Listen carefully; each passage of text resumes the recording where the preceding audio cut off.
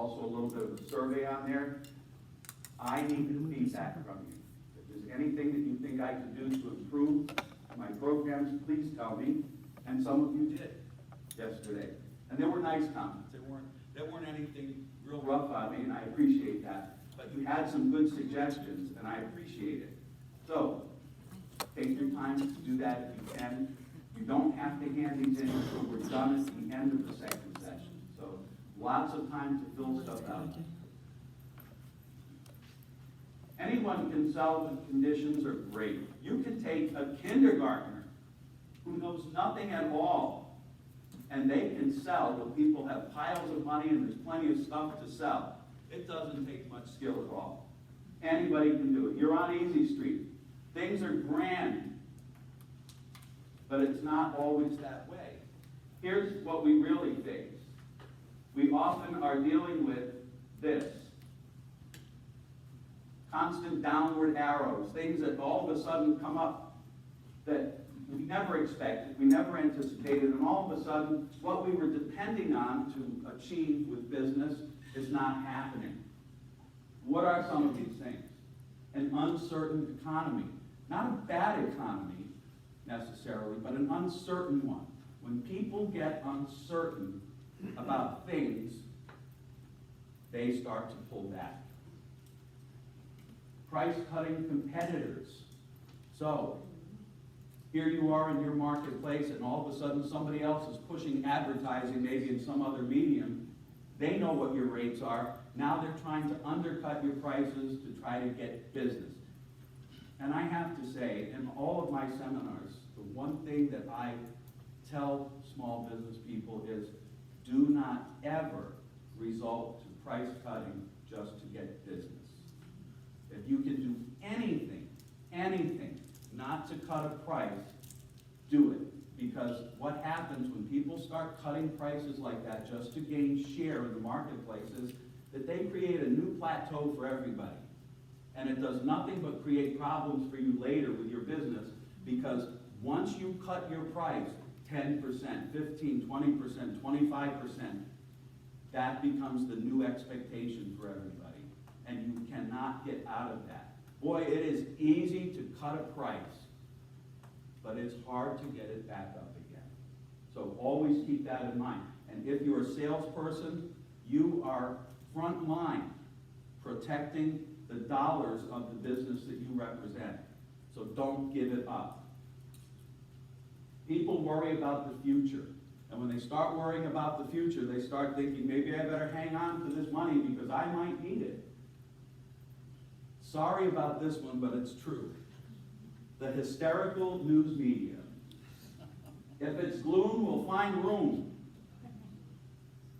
If it leads, it reads. We all know it. We all know it. I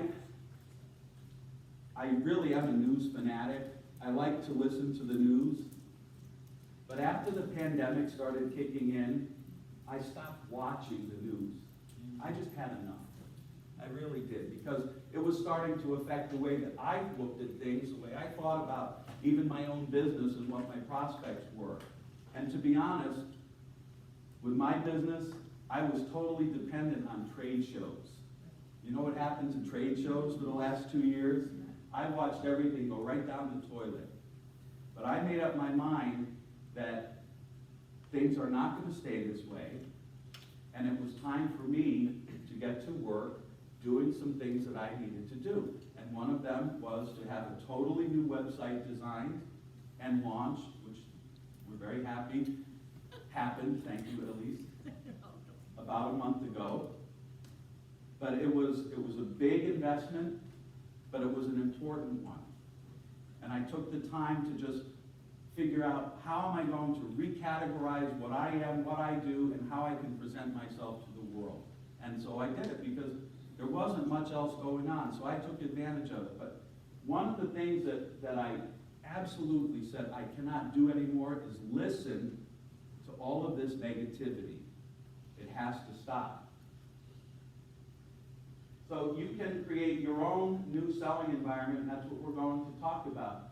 I say ignore the news, Not because you shouldn't stay advised about what's going on in the world, because everybody needs to know what's going on. But what I am saying is ignore the things that are causing people to panic. And we all have heard the adage, 95% of what you worry about in life never happens. And so people become fearful when they hear all of these reports. And to tell you the truth, if you hear about some disaster on the other part of the earth, is there anything that you can do about it except be upset? There's nothing you can do to fix it. So, this isn't being selfish, but it is a realization that we each, as you heard earlier today, need to take care of our personal space. Who we are, what we're doing, and not let all of these other things rattle us. Because when we do, we can't get out there and make a good presentation. We can't plan for our business. We can't think ahead, because all we're looking at is what might be assaulting us next. And it has to stop with us as business leaders. And I've come to appreciate that more after listening this morning, but also after meeting so many of you. You folks are leaders in the communities that you live in. You really are. People depend on you. And they depend on you to provide valuable information to them, valuable services, but also to be a positive voice in your community that people can rally around. So, ignore the news. Don't let it control you.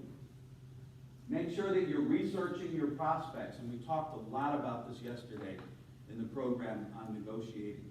There's so much information out there that you can find. If you're going to be approaching someone to make a sales presentation to them, know who they are before you get there. Find out as much as you can about them. You might want to sit down and rapid list 5 things about the product or service that you have. And this doesn't have to take a long, long time. Just sit down and say, what are 5 things that I could tell somebody in 30 seconds, 60 seconds about what I'm doing? And make that list. Do the same thing about the prospect that you're going to reach. Because if you've done your research, you'll know those 5 good things about them that you need to know. This begins to change the environment that you're allowing yourself to be in as a salesperson. Now you're starting to think in terms of success with what you're doing instead of being beaten down by things. And honestly, I know that in sales, you have to be willing to take no more times than you get yes. Guess what? I've shown my dogs for 30 years at dog shows. And you know what happens when you show your dogs at dog shows? You lose a lot more than you ever win. And so you learn how to lose a lot, but you figure out how it is to win the important things that you want to win. And so it's a mental attitude that you have to develop. So if you are looking at things and saying, how am I going to change this? The first thing you have to do is look at yourself and realize that I need to have a new attitude. Not to get religious, but there is an expression in the Bible that says to be made new in the force actuating your mind. And it actually was said today, but not given the reference to it. But we need to make sure that what is kicking in our thinking process, what's motivating us, what's actuating us, has to be a positive one. It has to be a forward-thinking one. It has to be one that is determined not to let a rejection or a bad response kick us down. Because guess what? We're all going to face those. We're all going to have it happen. And as I mentioned yesterday, no matter what anybody says to you out there in this big wide world, when you're talking to them, you can go back to your company with people that like you. You can go home to people that love you, and even your dog who loves you. So you always have all of that to go back to. You can put up with all of this other stuff with people because you're keeping your focus on the fact that you're there to do something that's going to help them. And so if you're getting rejections, it's all right. It may open the opportunity for you to come back again and do it again. So we're going to talk about your attitude adjustment. I use this cartoon a lot. If you get my newsletters, you'll find it pop up every once in a while. it speaks well to what we are generally in our human nature. We will whine and complain and gripe about stuff. And sometimes it goes on for years and years and years until one day we decide, okay, now it's time for change. So if you know that's going to happen, why not just figure out how to change now, instead of just sitting there and complaining about it? And I talk to people about this all the time. People come to me with, geez, I've got to do something, I've got to do something. And my response is, then just do it. Just do it. Don't wait anymore. Figure out if you've got a non-performing employee that's just driving you up the wall and it's time to say goodbye, they probably need to say goodbye anyway. They probably need to go somewhere else where they'll be happy. So figure out a way to make the landing as soft as you can for them, but don't let them ruin your operation. And it's so true about so many other factors in our business. And so you got a lousy supplier, you know, you're sick and tired of dealing with them. Go find another one. Don't complain about them. Find somebody else. How many here have dealt with SWOT analysis? Many of you. That's great. And you know what's interesting about this? I often say when I'm in programs, I'll ask people about a business plan. Do you have a business plan? I already know the answer, because I can look around the room and I usually pick out the people that already have a business plan for their business. And so when I ask that, they'll raise their hand. And when I was preparing this, I didn't really know you individually, your kinds of businesses, or who you are. But after yesterday, I got the sense that a lot of you are very dialed into these things. So we're going to do this as an exercise because it's part of your development of a new outlook toward your selling environment. We're going to start on your industry, but let me explain what we're going to be looking at. The S in SWOT stands for strengths. Things you do well, what distinguishes you from competitors, what makes you tick, what's unique about you, and what do your competitors see as strengths. And then weaknesses. Where can you improve? How are you viewed in the market? What problems or complaints do you hear the most from customers? What are the current obstacles that you face? Opportunities. What resonates most with your customers? Can you improve customer service and outreach? Market trends that could be an advantage. SBDs and small business startups, we're going to talk about that. If you haven't started digging into those, I hope that I'm opening up a whole new avenue for you for prospects and building new business. And opportunities, the weaknesses of your competitors. Threats, what are your competitors doing? External threats, changes in the market, and staffing. So what we're going to do, this is an interactive thing, is talk about your industry first. We get all done with that and see if we come to any conclusions. And then we're going to let you do it for your own personal analysis. And if you're brave enough, I'm going to ask you to share something off of your own analysis. So, somebody is supposed to be my scribe. Where is my scribe? Oh, she voted herself out. Yes, she did. Okay. She said, there's nothing wrong with Elisa's handwriting. I said, okay, good.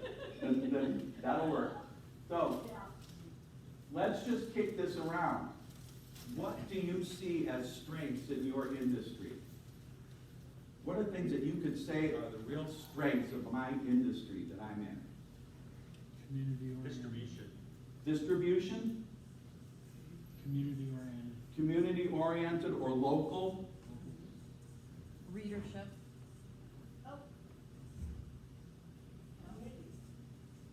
Community/local. Leadership, somebody said? Readership. Leadership. Reader. As in. I know, I'm still stuck on this morning, okay? By the way, stand up. This is the biggest troublemaker in the room. He gets the Big Troublemaker Award. Yeah, but I gotta say, if you need anybody's attention, do it, Joe. No.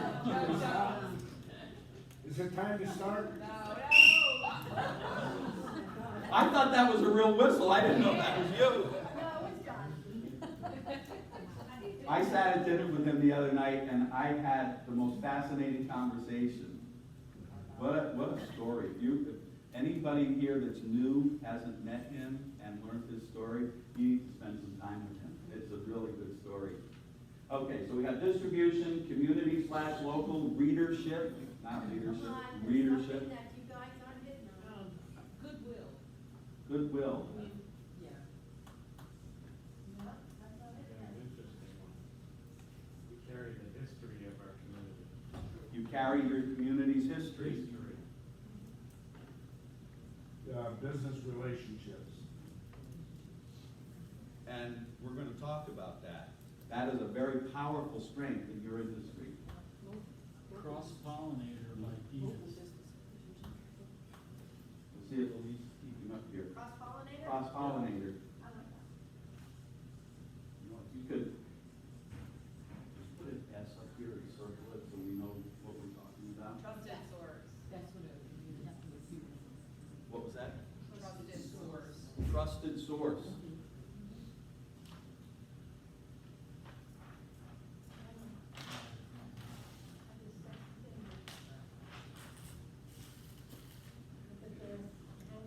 See, this shows you how things have changed. He said to me, bring along tape, and I Yeah, said, you're. the last time I did this, we were tacking these things to the wall and taping them up, and she said, oh, they don't do that anymore. I was like, oh, okay. Here, we're gonna put it up on the wall. So how about the fact, free? Free. Free. I don't know a single word for this, but the fact that we don't last just 24 hours, is there longevity? Shelf life. Shelf life. There you go. Anybody else? Come on, some of you guys are award winners. You must have ideas. Community leadership. Community leadership. Coverage. Yeah. Coverage. Yeah, coverage is one of the. Distribution. I'll share a story with you while she's catching up. I did a seminar for the landscaping industry Yeah. in Fort Wayne, Indiana. I have this whole room full of landscapers, about this size crowd. And I had several topics, but one of them got into dealing with competition. You know, what are your strategies for dealing with competition? And I'm talking and I'm asking questions, and everybody's sitting there, nobody will say anything. I'm like, what's going on here? I went back to my room later with all my surveys. Somebody very kindly wrote on there, I guess you didn't know we're all competitors. So, I already read this room, I know you're not, so I know that, so I don't have to worry about that. But that is a mistake I will never make again. Credibility.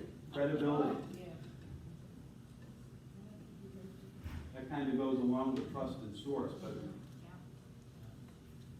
Okay, so, we'll put an S on that one, we'll switch gears here. Think about this for a minute while I stick this up on the wall.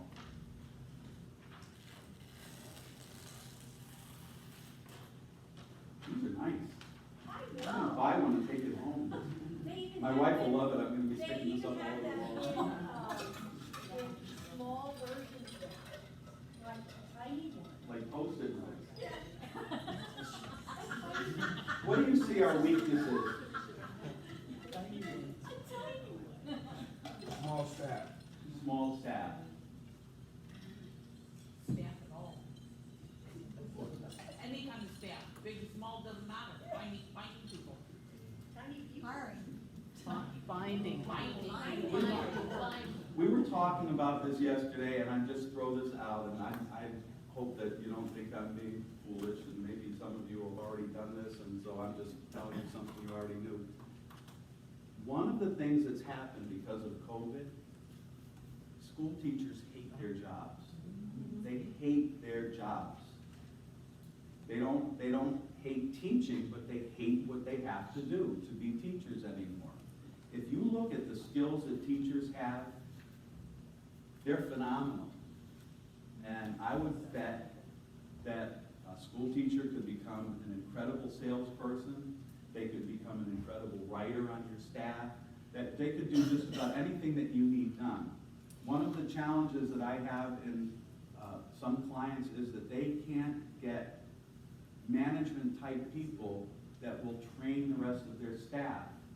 And, you know, I've often struggled with this until the pandemic hit. And now my recommendation is try to find a school teacher that will come in and become, in this one case, it's a medical practice, become a practice manager. Let this person who knows nothing at all about the medical world, let them be your practice manager. Sometimes the solutions to some of these problems are the result of just doing some creative thinking. Okay, other weaknesses in your industry. Training. Expand on that, what do you mean? Having the time as small enterprises to professionally train people that are out there dealing with the community. But while you still have to do the work, so you're repairing the track, you gotta run on it. Yeah. False public perception. Yes. Print is dead. The public believes print is dead. That's false, but that word is out there. Isn't that more of a threat? Well, it's close, isn't it? I would say- Well, you're going to find this crossover in these things. So it's okay, we actually can put it in both places. True. I would say using technology to really expand everything. For us, I can say that the print publication is our strength. However, what we're looking at is how different ways people receive news. So we take our same article and then we put it on, we share it on Instagram, Twitter, and Facebook. It's the same article that's in print and on the website, but then we put it on the source. Okay, I so- guess I would say use technology in a way that Right. really extends.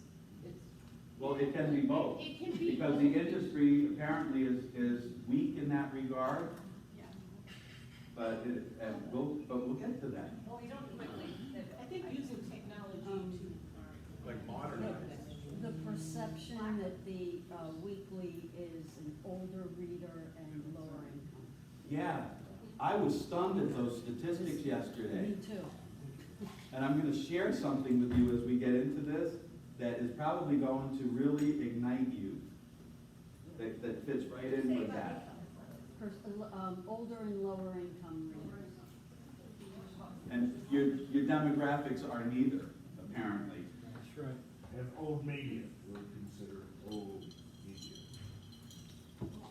Not new, hot new. I keep standing over here and I get everybody over here talking, but nobody over here is saying anything.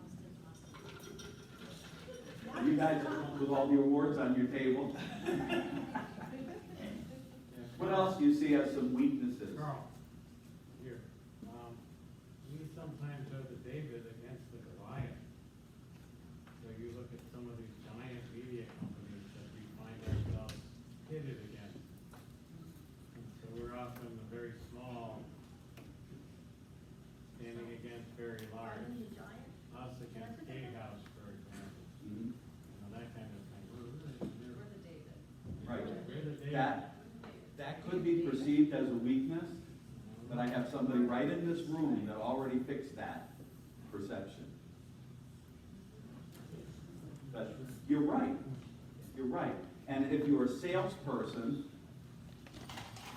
and you've got that in your head, that you're the pipsqueak going out there and there's these big media giants with their foot down on the market, and you're just trying to chip away, the reality is much different because of who you are and what you're able to do. I think, weakness is aging staff. It's hard to pull in younger generations. I think we just have, we have very seasoned, staff, and it's difficult to bring in new, younger. A lot of salt and pepper. You know what? I'm What not I- aging, I'm not. What I want to know is, you know how many industries I do hear too, this in? but if we don't bring in new blood, if there's not really And blood to be bringing you're in. not passing The out. older Across the Numbers board. are actually an age demographic as strength on the papers, because we have a lot of old people in Franklin County. which keeps our readership nice and low. Yes, but if you look, you weren't here yesterday for the audit numbers, and we actually have we have the younger readers too. You actually are in the sweet spot demographically of people who are ready to spend and have lots of money to spend. When I saw that, I was like, you know what, I'm not gonna do what I'm doing anymore, I'm buying a newspaper because you guys are in a phenomenal position. We're gonna put you on Our our. writers are young compared to me. I mean, yeah, I mean, they're younger. And they're the one, I know, that's what I was thinking too, you know, I was young when I started coming to these. Yeah. The writers are the young ones, they're the ones out doing the interviews and talking to businesses and community organizers and that kind of stuff. Age is just mind over matter. If you don't mind, it don't matter. Just remember that. I think I'm in junior high, right? But across the board, and I've spoken to industries after industries, you name them, I've probably spoken to most of them. It is always one of the things that comes up. We can't get young people in our industries. And I just say, well, then where are they all going? What in the world are they doing? Because Sitting there digitally, it'd be a younger job. I mean, if realistically, I mean, we have to. They're in their parents' basement. okay, so, I got weaknesses up there, but I don't know if there's any more. all right, well, we Here's won't. the data, was the last one I had. Was there anything else beyond that? Older? Yeah, the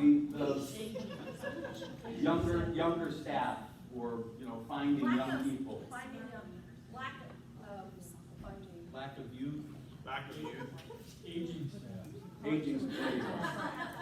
It would take a writer to condense that, right? Just simplify it to 2 words. I think it's definitely an issue though, because with the perception that print's a dying industry, the youth coming out of college and even out of school, I mean, they're using more modern technology. And so there is a perception to try to, like she was saying, about getting younger people on board to pass the knowledge of all the folks in here that have been doing it for a long time. It's hard to find that youth that is interested in taking this to the next level, you know? But at the same time, you think about some of the places that you go to. Right up here, front desk. They're not old people working here. You have to ask yourself, why are they here? You know, not for nothing, but I'll bet they could earn a lot more money if they were working for you. You know, you go into retail stores and you see young people who work. Why? Why are they doing that when they could have a future, they could be earning more money and doing something, literally, believe me, is much more exciting than what they're doing. But they get into that mode that this is what they can do because that's all they can find to do and they don't really think about it. So we're actually going to talk about some of that a little later on, about how you collectively can approach that problem and start to fix it. When I was a young buck working at a rental store, an old manager walked in who was covering for a sick salesperson, and he said, "We need a person like you selling for us." And that's what got me in, and that's all 1 month. And that's Yeah. how it got started here. Yeah, don't be afraid to cannibalize a good employee. If you find somebody in a store and they're like, you go, wow, this is the person I need, talk to them. They're not married to that place unless their daddy owns it, and maybe even then, you don't have to worry about them leaving it. So just to add to what you said, we go through, so we're privileged to have Morgan State, they have a journalism department, and what they're doing in journalism, they call it multimedia. So they are designed to, when they write, they have to be able to develop that into a social media asset, Right. as well They're- as video asset. They're So- developing it with that in mind. Yeah, and and that's. it's gonna be it's used no in longer called multi-platforms. journalism, right, it's called multimedia platforms, because I had to do some research, because we were bringing them on board. So, I mean, maybe that's an opportunity, maybe that's technology, so they come with that skill set when you hire the younger person. And I they come- agree with that, and I don't want to challenge you because you're out there making a lot more money doing what you do than I do right now. And you're really smart. But I have to tell you this story. I presented this similar program. Actually, it was the one on getting extraordinary results from ordinary people. to the PGA in South Florida.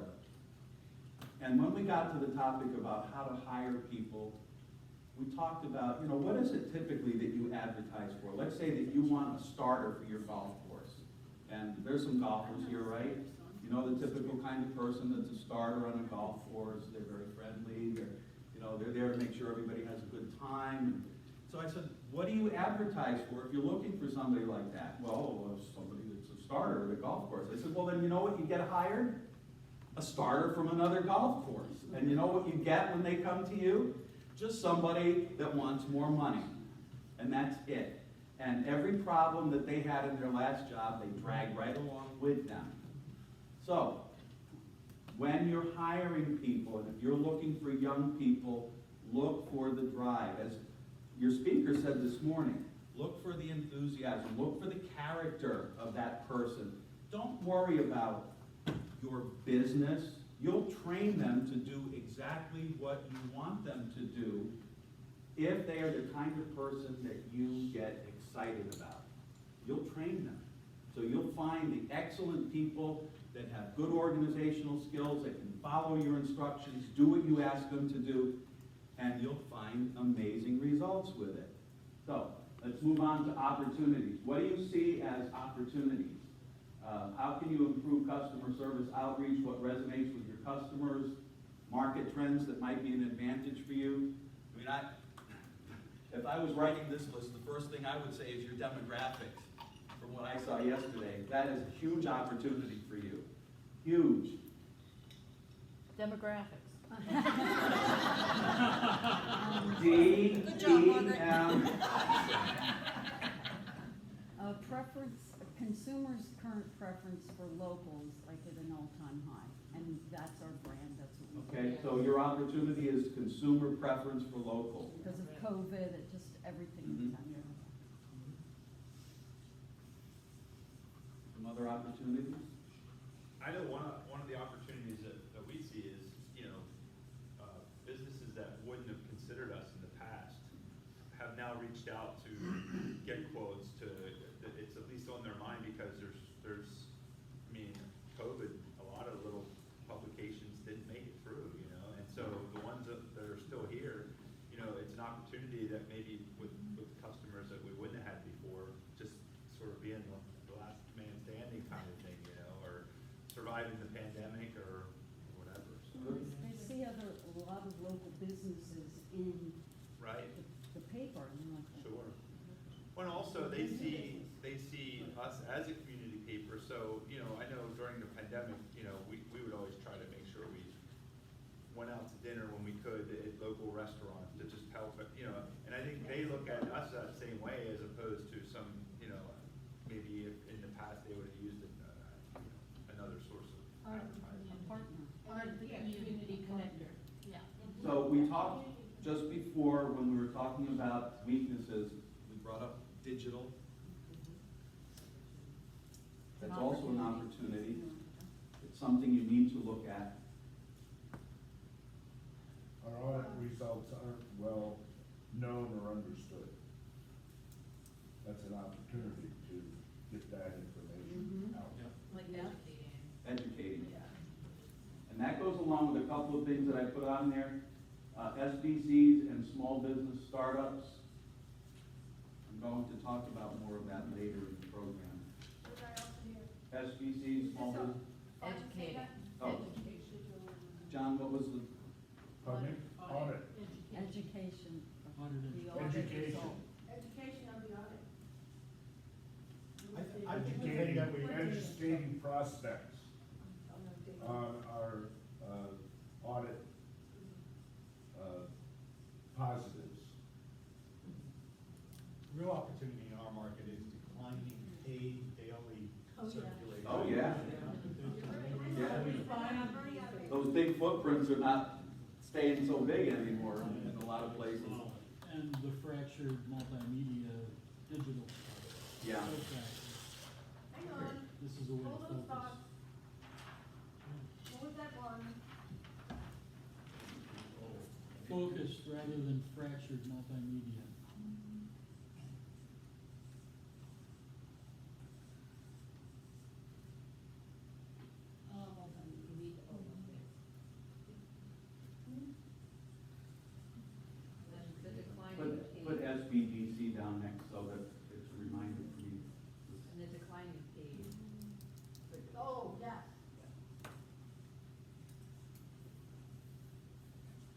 That's a pretty good list. So what do you see are threats Did I to your forget- industry? Did I forget something where? Oh, yeah, no, in the top corner. Oh. Oh. Let's talk about threats for just a few minutes. Social media. Oh. Price of paper and postage. Oh, no, wait. Okay, everybody Mine paid. hold it. Oh. Oh, I'll take this.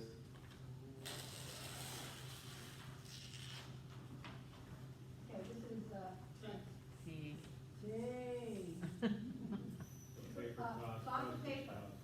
Paper On postage. everything costs. Inflation. Inflation. Oh, yeah. Postage, Unemployment. printing, workforce.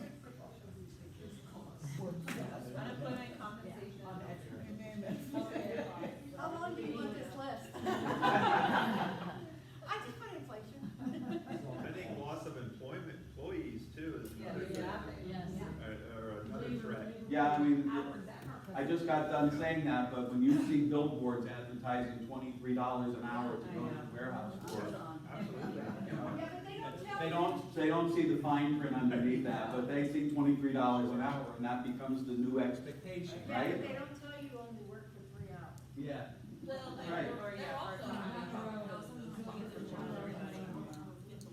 I like what John said about social media, but it's the perception of social media, it's not social media itself. Right. It's seen as social media source. Yeah, that's how our customers see social media rather than how. yeah, they think it's a bigger, way bigger deal than. Well, and we talked about that yesterday. I think the In our cream program. of those who own social media is gonna kill social media. And it could, but. Businesses that are using it usually aren't using it well. Right.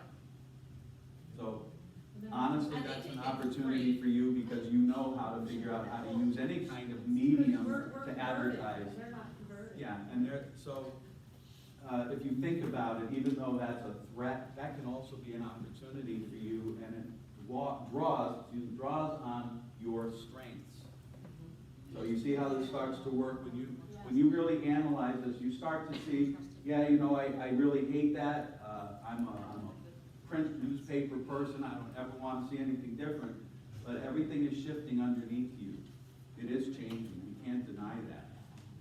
So what do you have that you can use? And you see as we're going through this, that you have tremendous strength that can work right into those things if you can package it together with other things that you're doing and work with customers to actually earn money doing it for them. Because what we talked about yesterday, most of them can't do it well. They spend too much time on it, they waste money, and it becomes useless to them, and they abandon it. What if they had an amazing company that could just pull this all together and make it work for them? In addition to providing a presence in a community newspaper with advertising and participation in the local community, the possibilities are there. And when you talk about the younger spectrum of your demographics, that's the kind of stuff that resonates with them. It really does. So,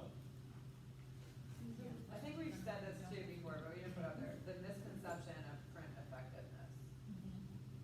I mean, I know we- right.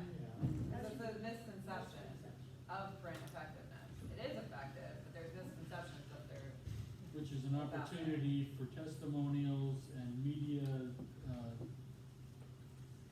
I think one of the, education.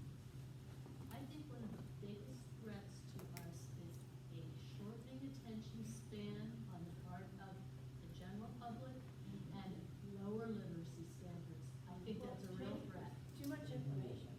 Too Yeah, much people information are and not enough intention. but you know what I love to do? I love to sit at my kitchen table and have coffee in the morning and read my local community paper. Yeah, I you just love to sit there and read it because it's people that I know, the writers are local people. I look at the ads from the advertisers. I may not be buying anything from any of them at the moment, but it reminds me that those people are there. It just makes me feel good about my community. So, you know, there's a tremendous advantage to the community newspaper. I think, I mean, Amazon is a huge threat. I mean, more and more people buying convenience standpoint and cheaper cost, and I think that's a huge threat. And I was gonna say big box stores. Right, All like, Because it's a lot harder to sell the big box stores than it is Yeah. the. Yeah, except that all of it is not that convenient when you get down to it. I will go to my local hardware store and pay more money for something because I can walk in and get it, than go online and buy it from Amazon and sit there and wait. They promise it in 2 days, and 4 days later it finally shows up, and then I open the box and it's not what I wanted. I don't have time for that in my life. for me, I order a lot. I mean, that sounds terrible, but like, there are a lot of things that it's just more convenient from Amazon. But- And during the pandemic, it just made it so much easier. Oh, yeah, that was like huge for Bezos. There are a lot of They're stacked up so high, it people that will not knocks the buy. ring out. It's like- Right, I know, but I think Casey will not legit. So we've really kind of exhausted what we can from this. I know there are a lot of ideas, and I hope that I fired your imagination to take that form back home, and we have lots of them here. Take some with you. And as I recommend in my seminars for business owners or managers or salespeople, you need to lock yourself away on a regular basis, away from phone calls, away from emails, computers, text messages, everything. Lock yourself in a room, even if it's only for 30 minutes, and ponder some of this stuff. And plot or chart your future, chart what your plans are. Now,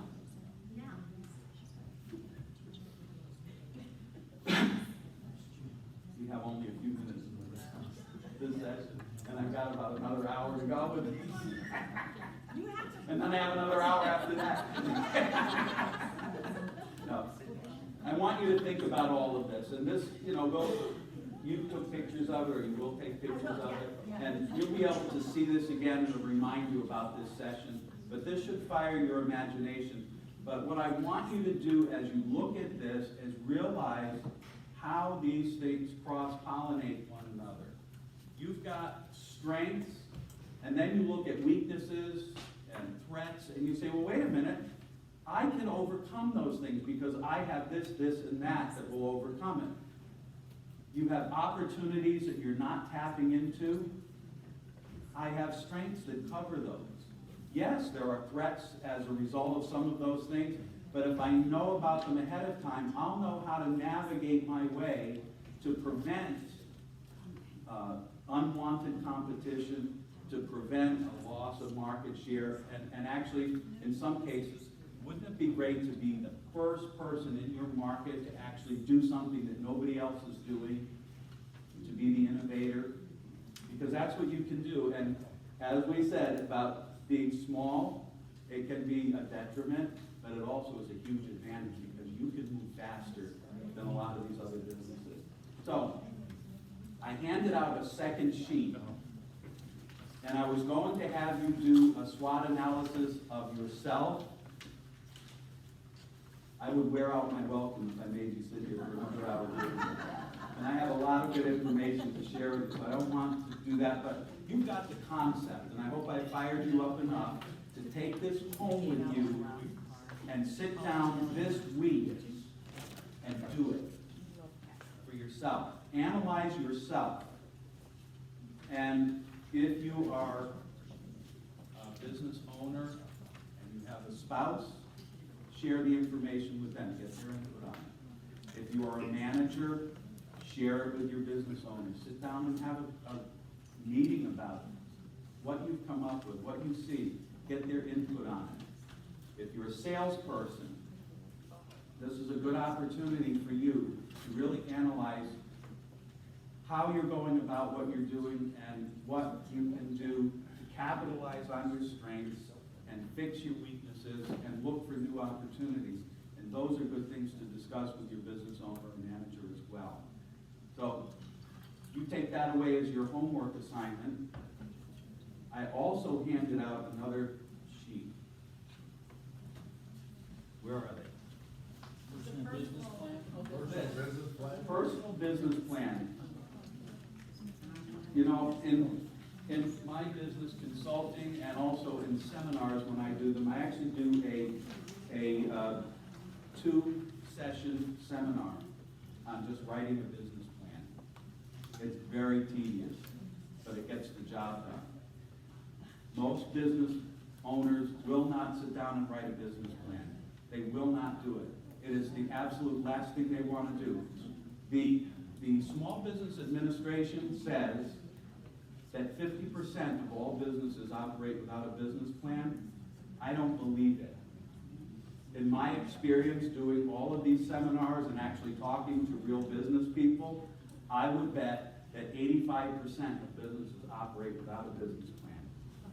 But I can tell you this, when I meet the people that actually have a business plan, you would not believe what their businesses are like. You wouldn't believe it. And you can see it when they sit in a room like this at a seminar. You can tell. These are people that are not worried about where they're headed, what they're doing, because they already know. They have it all in their plans. So business plans, marketing plans are critically important. People don't do them because it takes too much time. They just don't want to. So if you're really thinking about it, you want to write a business plan, I love to write business plans. Call me up. I'll come do it for you. But this is simple. This is something that you need to do. You need to list some personal goals and make those your personal business plan and set a deadline to accomplish them. And let's base it on what you develop out of your own personal SWOT analysis. And there's no right or wrong answers on this. It's your personal business plan, but you have to come up with a plan of action. When we have absolutely no planning, when we have no direction, things fail. They just do. No matter how good your intentions are, no matter how smart you are, if you don't have something written down as a plan that you are going to refer to and follow, you're going to fail. So, we're going to skip these because we did it.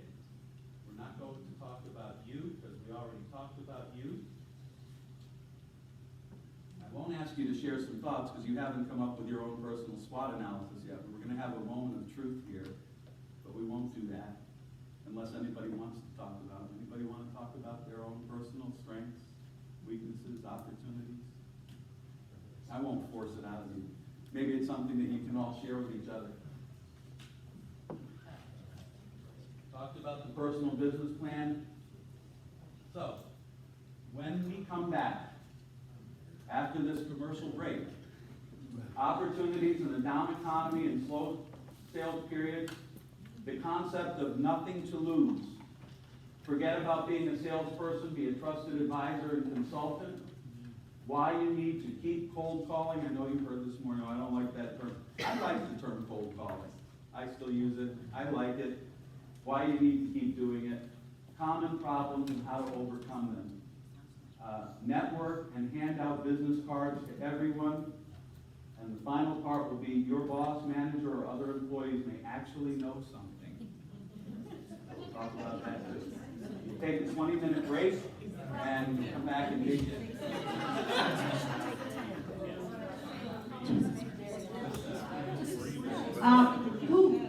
If all of you are okay to get you home a little bit earlier, yeah, 10. We only need 10 because we're going to announce who won the silent auction and then get back to business.